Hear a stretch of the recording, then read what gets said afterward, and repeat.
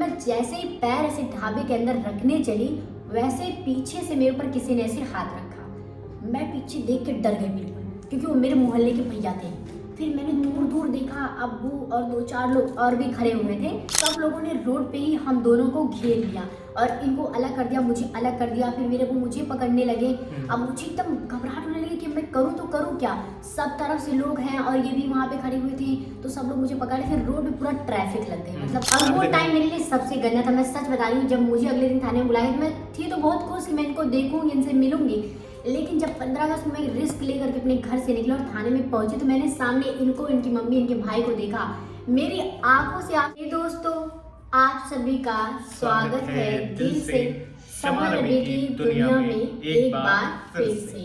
तो दोस्तों, ये हमारी लव स्टोरी का आखिरी पार्ट होगा, 7वां और आखिरी पार्ट। क्योंकि वैसे हम बताते तो टुकड़े टुकड़े में और डीपली बता सकते थे, और लव स्टोरी जो हमारी रही है इनके लिए काफ़ी टफ रही है। और अगर ये सारे एक्सपीरियंसेस को शेयर करेंगी, डिटेल में शेयर करेंगी, तो शायद उसके 50 पार्ट बन जाएंगे।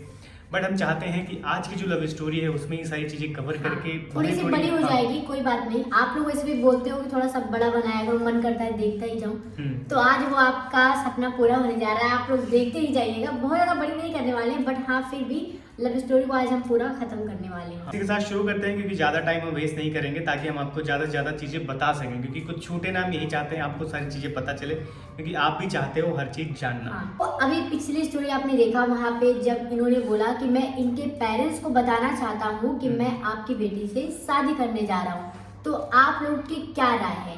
तो उस टाइम मैं थोड़ा सा भड़की थी, पुलिस वालों के ऊपर भी, इनके ऊपर भी, कि जाहिर सी बात है मेरी फैमिली तो मना ही करेगी, और उन तक ये बात जाएगी तो मेरी शादी होने ही नहीं देंगे। वो आ जाएंगे डायरेक्ट मुझे लेने के लिए। फिर भी ये लोग की जिद थी कि नहीं, करने ही करने को वाला है। मैंने कहा ठीक है भाई, चलो एक बार मैंने भी कहा ठीक है चलो करके ही देखते हैं। उस टाइम मेरे अब्बू से मेरी बात करवाई गई, कॉल करवाया गया मुझसे। जब मेरी बात होती तो मैंने अपने अब्बू को सारी चीज़ें डिटेल में बता दिया कि ऐसी ऐसी चीज़ें वो हैं। मेरे अब्बू ने उस टाइम फ़ोन पे तो कुछ ऐसा रिस्पॉन्स दिया नहीं, क्योंकि सबको पता था कि अगर वो दूर से कुछ बोलेंगे तो मैं मानूंगी तो है नहीं। अगर वो कहते नहीं नहीं ऐसा नहीं करना है, तुम्हारी शादी नहीं होगी उससे, तुम्हारे साथ मैं ऐसा कर दूंगा वैसा कर दूंगा, तो उनको पता था कि फ़ोन पे तो वो कुछ कर नहीं पाएंगे, मैं उनकी बात मानूंगी नहीं। तो उन्होंने भी दिमाग लगाया, बोला ठीक है बेटी आपको शादी करनी तो आप कर लो, लेकिन कुछ गलत कदम मत उठाना। मतलब कि उन्होंने पुलिस वालों को भी यही चीज बोली थी इनके अब्बू ने। बहुत स्मार्टली उन्होंने खेला, उन्होंने बोल दिया पुलिस वालों से, हाँ, अगर वो चाहती है तो वो चाहती है, वो बालिक है तो करेगी ही करेगी, ये बोला उन्होंने। बट बैक साइड स्टोरी कुछ और चल रही थी, बैक साइड कुछ और चल रहा था कि इन दोनों को अलग करना है। मेरी फैमिली वाले भी चाहते थे और इनकी फैमिली वाले भी वही चाहते थे। फिर धीरे धीरे धीरे धीरे हुआ क्या, उस टाइम हमारी बातचीत होती गई, आगे बढ़ते गए। उसके बाद इनसे बात हुई तो ये भी यही चीज़ बोल रहे हैं कि मैं आपकी बेटी से शादी करने जा रहा हूँ, हम दोनों इतने टाइम से रिलेशन में हैं। मेरे बुढ़े इनको भी बोला कि आप ठीक है जाओ शादी कर लो, ठीक है मुझे कोई ऐतराज़ नहीं। मैंने कहा मेरे बुढ़े ने आसानी से तो नहीं मान सकते हैं, कुछ तो इसके पीछे बहुत बड़ा होने वाला है। मैंने उनको बोला कि तुरंत हमें यहाँ से लखनऊ से निकलना होगा, लखनऊ छोड़ना होगा, फ़ोन ऑफ करना होगा, तभी हमारी शादी हो सकती है। हम दोनों को पुलिस वालों ने बोला कि पहले आप लोग जा करके आर्य समाज से मंदिर में शादी कर लें, उसके बाद कोर्ट मैरिज के लिए अप्लाई कर दें। आप लोग के लिए बेहतर ये है कि अभी शादी कर लो, वरना फैमिली आप लोग को अलग कर देगी। हम दोनों वहाँ से गए, एक मेट्रो स्टेशन था, वहाँ पे हम दोनों बैठ के डिस्कस करते कि आगे क्या करें। ऊपर से इनकी फैमिली कॉल पे कॉल किए जा रही है, ठीक है। मैं बोली इनको कि हमें यहाँ से निकलना ही पड़ेगा, कुछ भी हो जाए हमें यहाँ से निकलना पड़ेगा। उस टाइम हमने दिल्ली के लिए बस पकड़ी, बस में हम बैठ भी गए, बट उस टाइम इनके पास कुछ पैसे वैसे ज़्यादा नहीं थे। तो मैंने अपनी डायरी में, पहले 2000 की कुछ टाइम पहले नोट चलती थी, 2000 की नोट चलती थी, ऐसा नहीं, आई डोंट नो बंद हो गई कि चलती है। तो मेरे पास एक 2000 की नोट पड़ी हुई थी और कुछ और भी पैसे मेरे पास मेरे डायरी में अपने रखे थे। तो जब मैं उस पैसे को निकाल के लेके आ गई थी। हम दोनों ही लखनऊ से निकल गए दिल्ली के लिए शादी करने के लिए। हम दोनों बस में बैठे हुए थे हम दोनों। फिर वहाँ पे सोच रहे थे कि हम क्या करें। उस टाइम इनके घर से कॉल पे कॉल आई जा रही है, बट मैंने सोचा कि नहीं भी हम कॉल उठाएंगे तो घर वाले हमें फिर से वही सारी चीज़ें बोलेंगे, तो भी हम कॉल किसी की पिक नहीं करेंगे। फिर इनके भैया हैं जिन्होंने हमें बताया था जिनके बारे में, उन्होंने कॉल किया, उन्होंने भी समझाया हम दोनों को कि अगर तुम दोनों ने ये फैसला लिया है फिर एक दूसरे का साथ छोड़ना मत। इनको खास करके समझाया था उन्होंने कि अगर समा ने ऐसा तुम्हारे लिए कदम उठाया है तो अब तुम्हें उसका साथ देना होगा और उसका हाथ कभी छोड़ना मत। तो इन्होंने कहा हाँ भैया हमने फैसला कर लिया है, अब हम शादी करके ही वापस आएंगे।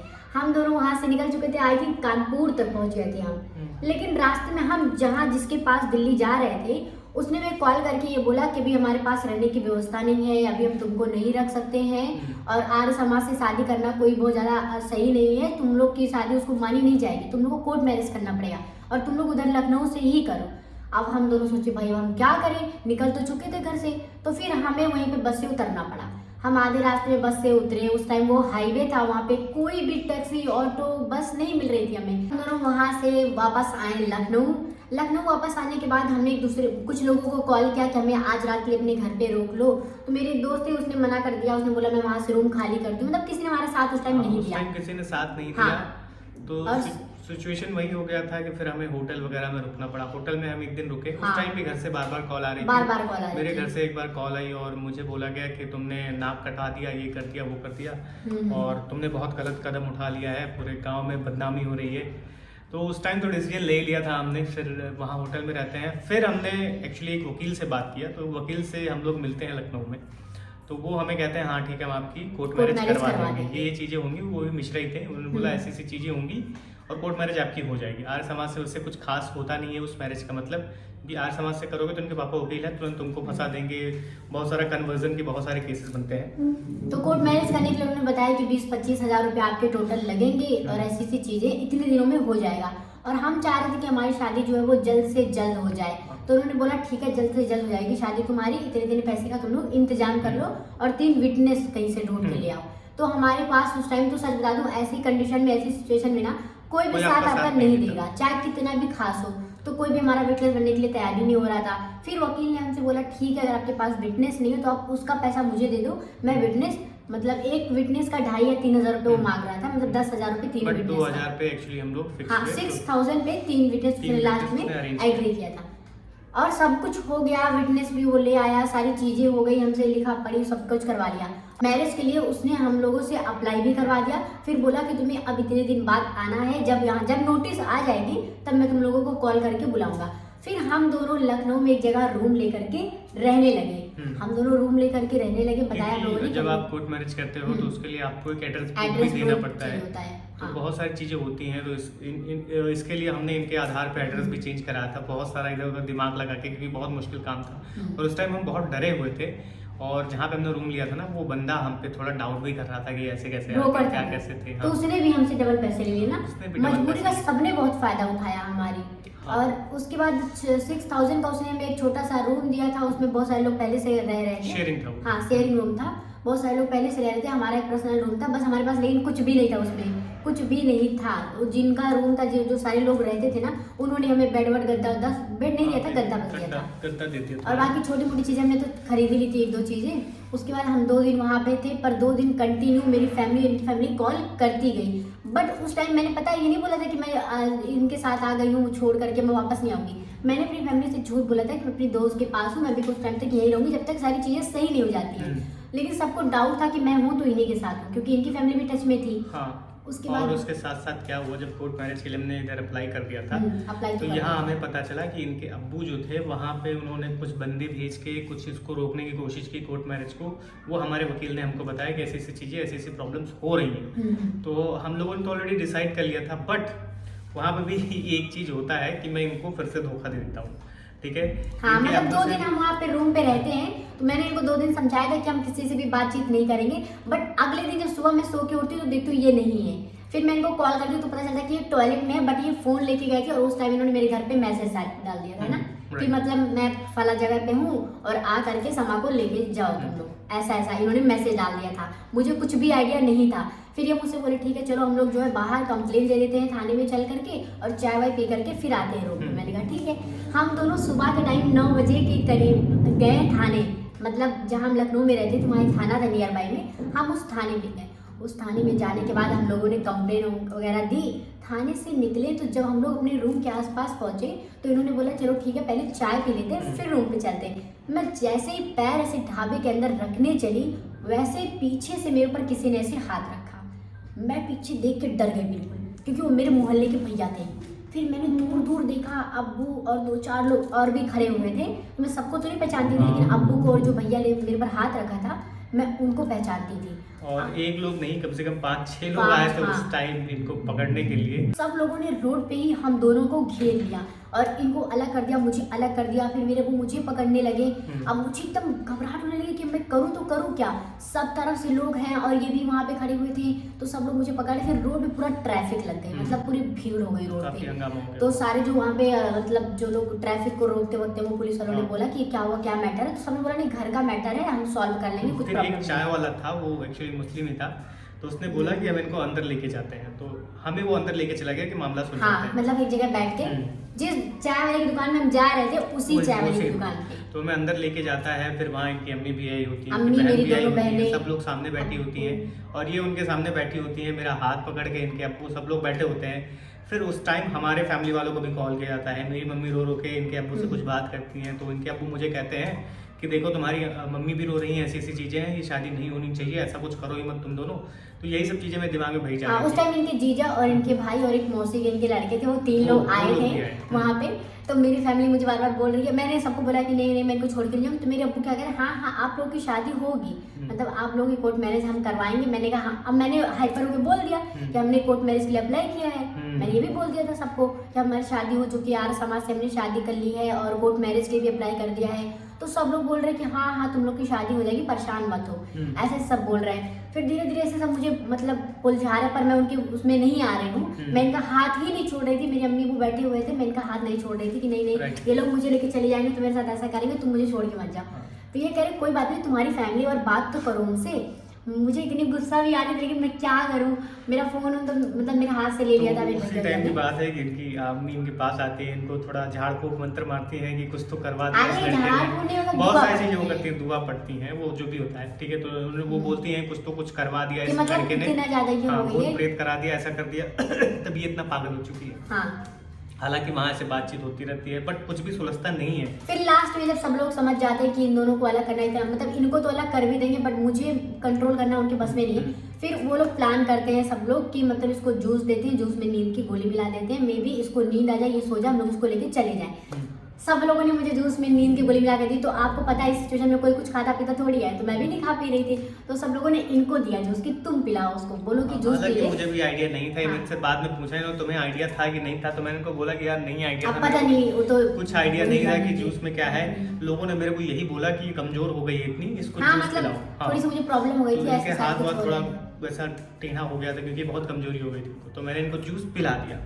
लेकिन पूरा जूस नहीं पिया, पूरा जूस नहीं, थोड़ा सा जूस पिया, फिर नीचे फेंक दिया था इन्होंने। फिर जूस पीने के बाद मुझे कुछ भी इम्पैक्ट नहीं पड़ा, तो सब लोग समझ गए कि इसमें कोई असर नहीं कर रहा है, तो इसको कंट्रोल करना बस में नहीं है। तो सब लोगों ने प्लान बनाया कि तुम्हें हॉस्पिटल लेके चल रहे हैं, तुम्हारा इलाज करवाने के लिए, ये लड़का भी साथ में चलेगा। उन्होंने एक कार में मुझे बिठाया, इनको बिठाया, अम्मी को बिठाया और अब्बू थे ना, अब्बू आगे थे, अब्बू आगे थे और इनके जीजा भी साथ में थे, क्योंकि इनके जीजा लोग डर रहे थे कि इनको अकेले लेके जाके कहीं कुछ गलत ना कर दे। तो इनके जीजा भी साथ में बैठे गाड़ी में। थोड़े दूर हाईवे पे जाने के बाद गाड़ी अचानक से रुक जाती है। अब मेरे दिल की जो हालत थी और मेरी जो हालत थी, मैं तुरंत समझ जाती हूँ कि अब मेरे साथ गलत होने जा रहा है। तो इनको तुरंत दरवाजा खोल के गाड़ी से और इनके जीजा को बाहर बोलते ठीक है तुम लोग जाओ, हम लोग संभाल लेंगे। अब मैं बाहर शीशा देख देख के हाथ पटक रही हूँ, नहीं नहीं नहीं मत जाओ मत जाओ मत जाओ, पर ये चले गए ये छोड़ के। उसके बाद अब्बू पीछे आ गए गाड़ी में, उन्होंने बंद किया। फिर अब्बू ने मतलब ऐसे मेरा मुंह दबाया कि मेरी आवाज़ बाहर ना जाए और एक थप्पड़ भी मारा खींच के, और आगे जो भैया बैठे थे उन्होंने मुझे एक थप्पड़ खींच के मारा। पर मैं क्या करती, मुझे कुछ भी नहीं समझ में आ रहा था, बस रोए जा रही हूँ, हाथ जोड़ रही हूँ सबके सामने कि मुझे मत लेके जाओ गाँव, मुझे मत गाँव लेके जाओ। मेरी मम्मी भी मतलब रोए जा रही है। गाँव में यही डर था। इनका बड़ा भाई भी था, वो बहुत डेंजरस था, बचपन से ही इनके मतलब बहुत प्रॉब्लम क्रिएट करता है वो। तो बेसिकली इनको यही बोल रहा था कि अगर उनको लेके आ जाओ तो मैं उसको सीधा कर दूंगा, उसको इतना पूरी तरीके से मारूंगा कि चल फिर नहीं पाएगी। बहुत सारी चीज़ें वो कर रहा था बस। लेकिन इसके बाद इन्होंने क्या बोला, किसी तरीके से उन्होंने मैनेज किया, अपनी अम्मी को कन्विंस किया। सब मेरी बहनों ने कुछ समझाया कि देखो ठीक है उसको गांव मत लेके जाओ, इसको मुंबई भेज दो। मुंबई जाके ये रहेगी, थोड़ा सा इसका माइंड फ्रेश हो जाएगा, तब भूल जाएगी उस लड़के को। तो सबके कहने पे मेरी फैमिली ने मुझे मेरी बहन के साथ बाई फ्लाइट तुरंत के तुरंत टिकट निकलवा के मुंबई भेज दिया।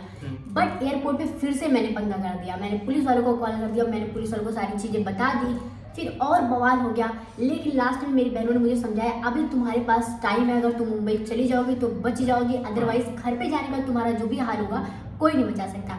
मैंने भी सोचा कि हाँ ये लोग सही कह रहे हैं, मुझे मुंबई जाना चाहिए, उसके बाद जो करना मैं वहीं से करूँगी। फिर मैं अपनी बहन के साथ मुंबई चली जाती हूँ। और उस नींद की गोली का कोई असर कहीं नहीं पड़ता है।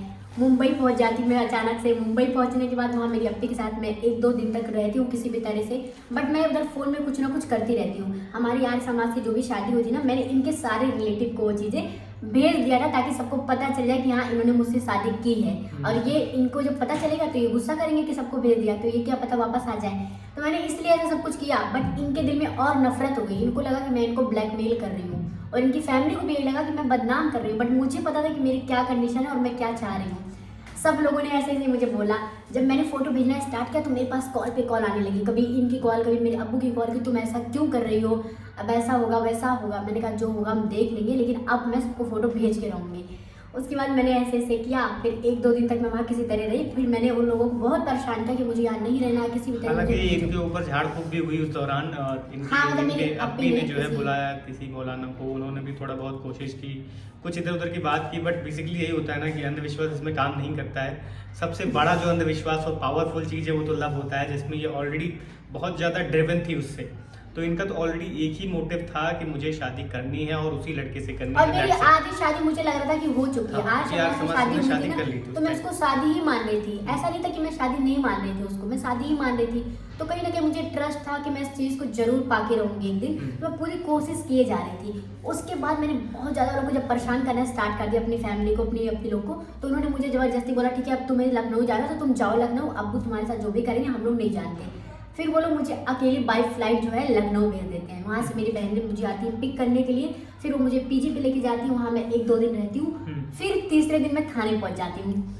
थाने तीसरे दिन ये पहुँच, छिप के थाने पहुंचते हैं वो क्योंकि मेरा उस time आखिरी था हाँ, थाने में जाने का। क्योंकि इन्होंने उस दिन डिसाइड कर लिया था अगर आज मैं थाने में जा रही हूँ तो या तो मैं इनसे शादी करूंगी या तो फिर मैं अपने आप को खत्म कर लूंगी। इन्होंने ये डिसीजन ले लिया हाँ था। ले लिया था, पर वो आखिरी दिन नहीं था।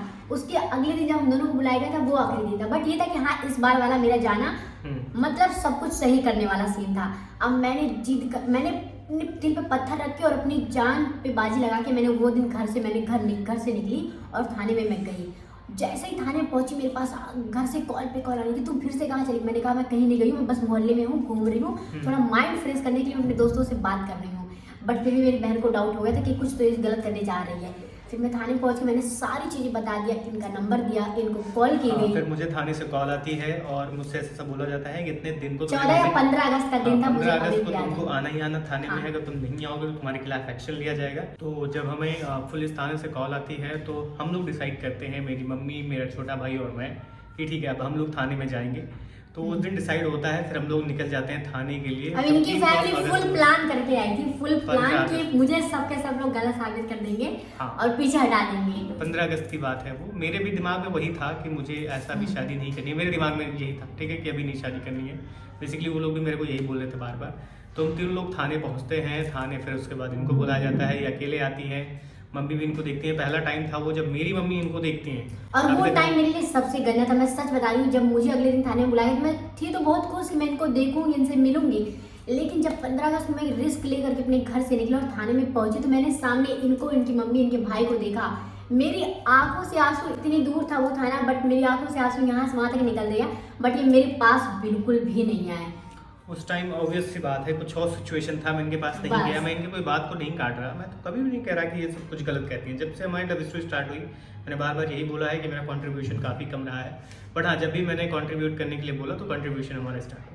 तो उसके बाद मैं फिर फटाफट धीरे-धीरे बताऊंगा हाँ, क्योंकि मैं जल्दी नहीं बताऊंगा, बताएंगे नहीं तो वीडियो बहुत ज़्यादा बड़ा हो जाएगा। ये बहुत डिटेल में ये बता सोच रहे हैं ना सारी चीजें बता देंगे तो इनकी पोल खुल जाएगी। नहीं, ऑब्वियस सी बात है, बताओ क्योंकि डिटेल में बताने में क्या है, डिटेल में नहीं बताऊंगी ना। बहुत बड़ा बन जाता है। फिर जब मतलब जो मेन सच्चो होती हैं वो आती हैं, हम दोनों को बिठाती हैं, तो वो बोलती है ठीक है अब आप भी, मुझे बोलती हैं कि आप अपनी फैमिली को कॉल करिए। अब मैं सोचती हूँ कि मेरी फैमिली को पता ना चले, लेकिन उनकी जिद थी कि नहीं कॉल आपको भी करना पड़ेगा। तो मैंने अपनी अब्बू का क्योंकि नंबर दिया। पुलिस वालों ने यही बोला था कि दोनों लोग के परिवार भी आएगा और तुम दोनों रहोगे तभी फैसला होगा। तभी उनका यही फैसला मतलब होगा। था। हाँ। तो पुलिस वालों ने जब मेरे अब्बू को कॉल किया तो मेरे अब्बू तो वहाँ पे थे नहीं। तो उस टाइम मेरी अम्मी और मेरी बहनें थी, तो उन तक बात है कि तुम लोगों के रहने के बावजूद वो कैसे घर से निकल गई, कैसे ये चीज़ हो गई, सब ब्लेम देने लगे। बट उनकी तो कोई गलती नहीं थी, गलती तो मेरी थी ना, मैं तो चुपके से निकली। उसके बाद में वो लोग तुरंत थाने पहुँच गए। उनके साथ 3-4 अंकल लोग भी आए थे, मतलब 5-6 लोग थाने में मेरी तरफ से भी आ गए। उसके बाद इनकी मम्मी, मेरी मम्मी दोनों जो है बैठी रो हुई रही हैं हाँ, और बेसिकली यही कह रही हैं कि ये बहुत रिश्ता नाक नहीं कट हो जाएगी सकता, और हमारे हमारे बच्चे- बच्चे हाँ। हैं, बहुत बदनामी हो जाएगी। दोनों लोग का एक ही मोटिव था कि इनको अलग करना है। हम्म। हालांकि इन्होंने बोला कि नहीं मैं शादी करूंगी तो इन्हीं शादी करूंगी, नहीं तो फिर इन्होंने थाने में क्या कर लिया था, एक वॉशरूम में जाके मैं पेस्टिसाइड भी कंज्यूम कर लिया था। मुझे पता था कि अंदर कुछ ना कुछ गलत कर रही हैं। जब मैंने इनसे बोल दिया कि नहीं अभी शादी नहीं करेंगे, तो ये बहुत टूट गई थी कि आज यार मैं आखिरी बार आई हूँ, या तो मैं तुमसे शादी करूँगी या तो फिर मैं अपने आप को ख़त्म कर लूँगी। तो ये वॉशरूम में चली जाती है, वहाँ पेस्टिसाइड थोड़ा खा लेती हैं। मैं इनको देख रहा होता हूँ, मैं इनकी बहन इनकी अम्मी से बोलता हूँ कि देखो अंदर गई है, कुछ ना कुछ अपने आप को हार्म करने की कोशिश कर रही होगी। बट इनकी अम्मी और इनकी बहन कह देती हैं जो करती है करने दो, मन में जो मरती है तो मन में। हाँ, और ये चाह रहे थे, ये सोच रहे होंगे कि कुछ उल्टा सीधा कर लेगी तो फिर मैं भी फंस जाऊंगा। इससे बेहतर है कि ये भी जो बता भी इनके दिमाग में नेगेटिविटी थी, बट मैंने ऐसा कुछ नहीं सोचा। मैं ये फिर नहीं चाहता था कोई मेरी वजह नहीं, मैं ही बताऊंगा हाँ, कि कोई ठीक है, मरे, मैं बता दूं, मेरी चलो। वजह से कोई सुसाइड कमिट करे। तो ये चीज़ मैं खुद नहीं चाहता था। इनको ऐसा लगता है कि ये देखो मेरे ऊपर भी प्रेशर था, हर किसी को भी प्रेशर होता है कहीं ना कहीं, फैमिली से कहीं ना कहीं चीज़ों से प्रेशर होता है। इसी वजह से चीज़ें इतनी कॉम्प्लिकेटेड हो जाती हैं। बट फिर क्या हुआ, तब ये बाहर आई तो मैंने पुलिस वालों को बोला भी, तो पुलिस वालों ने उनको डांटा कि ऐसी चीज़ नहीं करनी चाहिए तुमको, अगर तुम आए हो तो फैसला ले रहे हो तो ये सब चीज़ें तुम्हें करनी चाहिए। फिर हम दोनों को जानबूझ के बिठाया गया कि ताकि दोनों आपस में लड़े और एक दूसरे को मतलब एक्सेप्ट करें, ऐसा था सीन। तो सारे पुलिस वालों ने जब देखा कि ऐसी ऐसी चीजें हो रही है तो हम दोनों को बिठाया सामने और वो बोलने लगे, इनको भी डांटने लगे कि अगर तुम्हें शादी नहीं करनी तो तुमने इस लड़के के साथ इतना ज्यादा लगाव किया ही क्यों? अगर तुम्हें ऐसा ही करना था तो प्यार ही नहीं करना था, तुम्हें फैमिली के बारे में, बहन के बारे में सोचना था, तो इसकी लाइफ क्यों बर्बाद की तुमने? सबके सब इनको फिर मतलब इनको कसूरवार ठहराने लगे। कसूरवार था, उसमें कोई डाउट नहीं है। तो इन्होंने भी लास्ट में टाइम ऐसे सब लोग बोलने लगे कैसी ऐसी चीजें हैं। तो मैंने कहा कि ठीक है मुझे शादी नहीं करनी है, लेकिन इनको भी इसका फल जरूर मिलना चाहिए और मैं ऐसा करूंगी वैसा करूंगी, मतलब कि इनके खिलाफ केस करूंगी, क्योंकि ऐसे इंसान को फिर मैं छोड़ नहीं सकती। तो इन्होंने बोला कि मैं शादी करने के लिए थोड़ी मना कर रहा हूँ, बट मुझे डर है इनकी फैमिली का। तो उस टाइम तो दोनों की फैमिली साथ में थी, तो डर है ऊपर से मैंने और भी अपने जो भी चीजें थी वो सारी चीजें मैंने रख दी। हाँ। बट उस टाइम क्या हुआ, जब हम दोनों लोग रेडी हो गए तो उसके बाद पुलिस वाले अलग अलग हमें लेकर गए। हाँ, मतलब एक दूसरे को फिर भड़काने लगे, मुझे बोलने लगे तुम इतने ज्यादा परेशान क्यों, कहीं मतलब तुम प्रेग्नेंट तो नहीं हो कि मतलब तभी तुम शादी करने के लिए? मैंने बोला ऐसा कुछ भी नहीं है, ऐसा हो या ना हो, मैं तो शादी करूंगी तो उन्हीं से करूंगी, क्योंकि मैं उनके साथ 2 साल से रह रही हूँ, तो मैंने कभी ये नहीं सोचा था कि मैं इनके अलावा किसी और से शादी करूंगी। तो इन्होंने बोला ठीक है, अच्छा बहुत समझाया, पर मैं उनकी बातें समझी नहीं, बहुत चीजें बताने लगे। मतलब सेम पुलिस वाला, इनको कोई हिंदू पुलिस वाला और मेरे पास कोई मुस्लिम पुलिस वाला आया, तो उसने यही बोला कि देखो ऐसी सी लड़की का कैरेक्टर ऐसा है वैसा है, बहुत सारी चीजें इनके ऊपर बोलने लगा, और तुम शादी करोगे तो अभी से ऐसा कर रही है, वैसा हो जाएगा, ऐसा हो जाएगा। तो उस टाइम देखिए मैंने मन बना लिया था, मैंने भी मन बना लिया था, इन्होंने मन बना लिया था। वो जब टाइम था कि हम दोनों ने डिसाइड कर लिया था, तो मतलब फिर दोनों की फैमिली भड़क गई, इनकी मम्मी मेरी मम्मी दोनों हम पे भड़क गए कि तुम लोगों से कोई रिश्ता नहीं है, तुम लोग हमारे लिए खत्म हो चुके हो, ऐसा है वैसा है। तो मतलब पता नहीं, शायद उस टाइम इनकी मम्मी ने थाने में कोई बात बोल दी थी कि ठीक है हम लोग शादी तो कर लेंगे, लेकिन इसको 1-2 साल बाद तो छोड़ देंगे, ऐसा कुछ बोला था ना। हाँ देखिए, गुस्से में कोई कुछ भी बोलता तो है, मम्मी ने शायद ऐसा बोला था। हाँ। और इनकी अम्मी भी लगातार इनके ऊपर हाथ भी उठा दिया उसी टाइम इन्होंने। अभी जब इनकी मम्मी ने ऐसी बात बोली तो मेरी अम्मी को वो चीज लग गई, इसलिए लग गई कि जब ये लोग सामने अभी ऐसा बोल रहे हैं तो आगे चल के क्या पता इसके साथ ऐसा करें। तो मुझे पता था ना कि ऐसा कुछ नहीं होने वाला, अभी गुस्से में हर कोई है, तो गुस्से में जो भी निकला सब बोले जा रहे हैं कि बस किसी तरह से अलग कर दे। तो बहुत ज्यादा वहाँ लड़ाई झगड़ा हुआ, फिर मेरी और इनकी फैमिली, मतलब मेरी मम्मी इनकी मम्मी वहाँ से चले गए, लड़ाई झगड़ा करके सब लोग चले गए। लास्ट में वो पुलिस वाले हमें वहाँ बिठाते हैं, सारी चीजें वो लिखित करवाते हैं।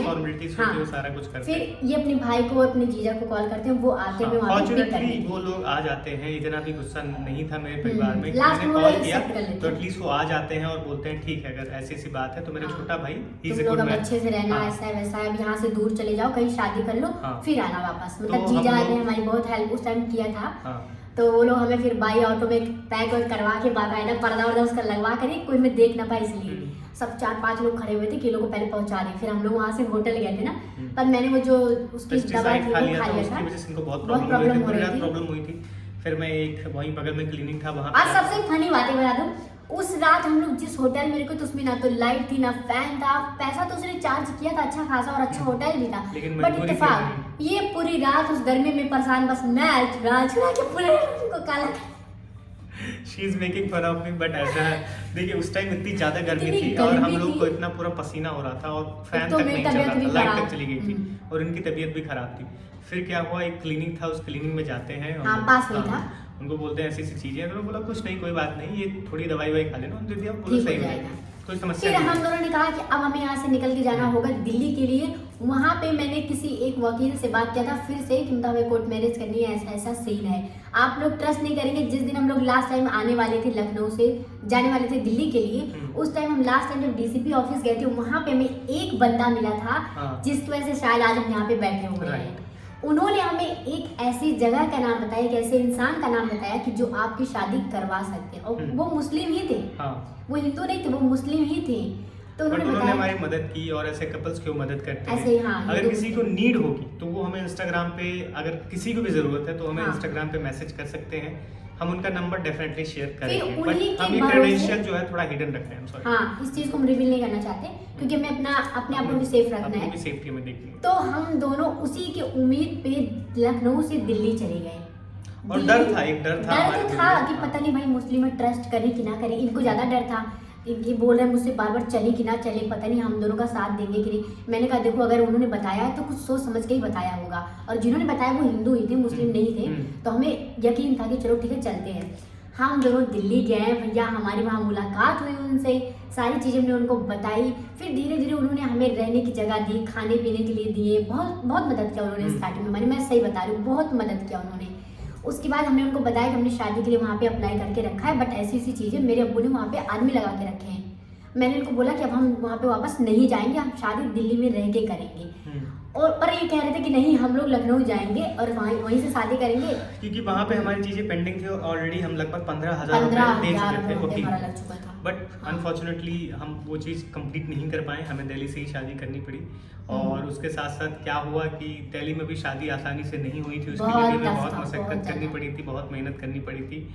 मतलब 6 महीने लगे ना। हाँ, 6 6-7 महीने हमें स्ट्रगल करना पड़ा दिल्ली में जाके। उसके बाद हमें वहाँ रहने के लिए भी जगह मिली। हमने इसका ब्लॉग बनाया कि हमें सरकार के तरफ से हमें रहने के लिए घर मिला था, वहाँ पुलिस की सिक्योरिटी भी हमें प्रोवाइड करवाई गई थी। वहीं रह के हमने बहुत अच्छी लाइफ अपनी मतलब धीरे-धीरे गुजारी। बनाई, हाँ। धीरे धीरे रह के वहाँ पे सब कुछ नॉर्मल होता गया। और एक दिन हमने मैरिज के लिए अप्लाई किया, फाइनली मैरिज डेट आ गई 16 marriage भी हो गई। जनवरी। हाँ। तो वो पल बहुत ही ज्यादा हम दोनों के लिए, मेरे लिए तो खास Especially कर इनके लिए बहुत खास था। बहुत उस था। टाइम ये बहुत रोने लगी, बहुत ज्यादा मैं जितने लोग उनको विटनेस रोई। लोग थे तो सब लोग कह रहे हैं कि अरे क्यों रो रही हो तुम यही तो चाहती थी कि शादी हो जाए, अब क्यों रो रही हो। लेकिन फिर मैंने भी कहा मुझे यकीन आंसू नहीं रुक हो ही रहा नहीं है। रहते क्योंकि इनको लगी नहीं रहती कि अभी शादी शादी पॉसिबल हो हो गई पाएगी। है।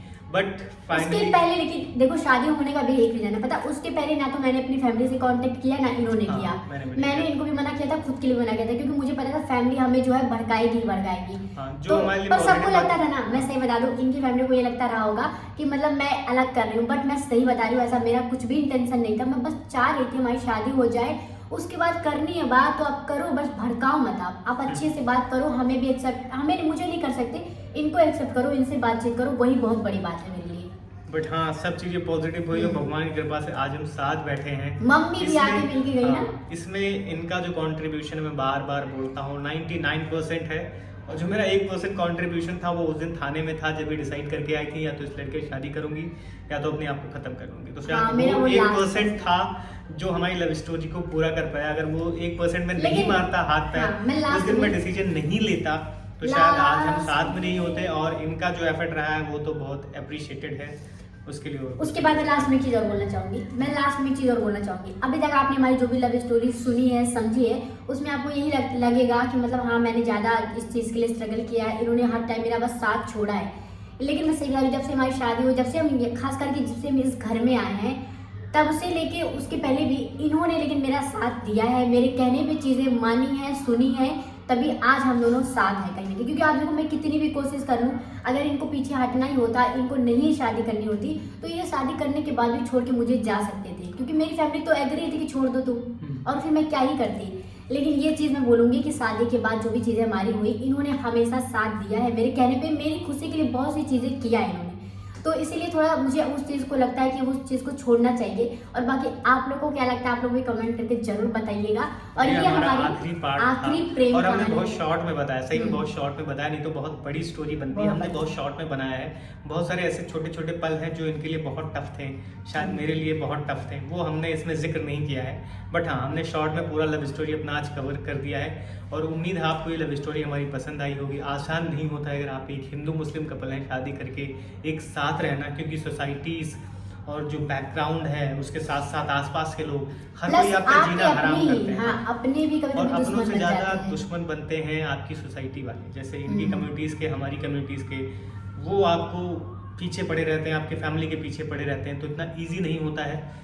और यही सब स्टोरीज हम इस चैनल पे शेयर करते हैं। और आपको वीडियो पता है। बनाने का मतलब ये भी है, कहीं ना कहीं क्या पता हमें अभी तक कोई नहीं समझा, आगे चल के कोई हमें समझे, हमारी फीलिंग को समझे। अब हमने अपनी लव स्टोरी आपके सामने रख दी है, आप ही फैसला इसका कर सकते हैं कि क्या हमने गलत किया, क्या हमने सही किया है। क्योंकि कोई समझ नहीं रहा है, तो हमने भी ये सोचा था कि हम ब्लॉग बनाएंगे, सारी चीजें शेयर करेंगे, और आई होप किसी किसी को प्रॉब्लम नहीं होनी चाहिए। बस मैं तो यही चाहती हूँ कि आप लोग हमें ज़्यादा से ज़्यादा सपोर्ट करें, क्योंकि वाकई में हमें सपोर्ट की बहुत ही ज़्यादा नीड है। और बाकी आपको ब्लॉग पसंद आया हो तो लाइक कर दीजिएगा, चैनल पे अगर आप नए हो तो चैनल को सब्सक्राइब जरूर सब्सक्राइब कीजिए। जरूर करें।